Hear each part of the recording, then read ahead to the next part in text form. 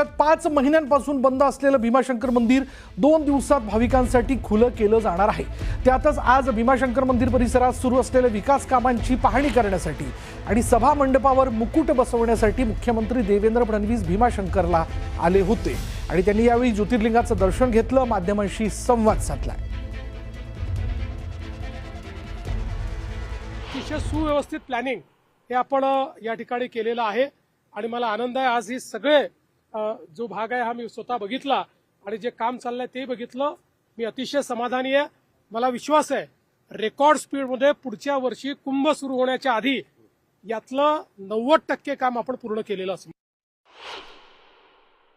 या ठिकाणी आपण या पद्धतीने आता कॉरिडॉर तयार करतोय की येणारे मे पर्यंत 25,000 लोक आपण एकत्रित बस स्टँड पासून इथेपर्यंत लोकांना थांबवू शकतो। प्रत्येक ठिकाणी आपण शौचालय पण बांधतोय, शौचालयाची पण व्यवस्था चांगली आतापर्यंत नाही आहे आणि कंप्लीट परिसर आपला उद्देश आहे की पुढच्या वर्षी नाशिकच्या महाकुंभ असणार आहे, त्याच्या आधी हा काम झाला पाहिजे। ज्या पद्धतीने आपण कमी कालावधीमध्ये म्हणजे 5 महिन्यामध्ये हा जे आपण स्ट्रक्चर पाहतो ते कुंभ केला आहे, त्याच स्पीडने आपल्याला गावाचं काम पूर्ण करून घ्यायचे आहे। त्यांनी मला विश्वास आहे की मे पर्यंत पुढच्या वर्षी काम होऊन जातील।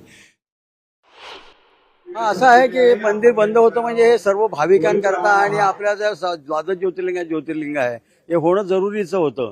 आज सगळ्यांनी सहकार्य केलेलं आहे, भाविकांनी पण केलेलं आहे, आजूबाजूच्या ग्रामस्थांनी पण केलेलं आहे, इथल्या ग्रामस्थांनी पुरोहितांनी संस्थांनी सहकार्य केलं म्हणून हे आज पूर्णत्वाला आलेलं आहे। आता व्यवस्थित आहे। काय राज्याचे मुख्यमंत्री आज या मंदिराला भेट देतात, पाणी करणारे, पूजा करणारे, काय काय नियोजन आहे? नियोजन काय आल्यानंतर दर्शन होईल, नंतर बाकीची पाहणी दौरा आहे। पाहणी दौरा झाल्यानंतर इथं पूजन करतील, दगडाचं पूजन करतील, देवाचं दर्शन करतील, आशीर्वाद देऊ आम्ही त्यांना जातील।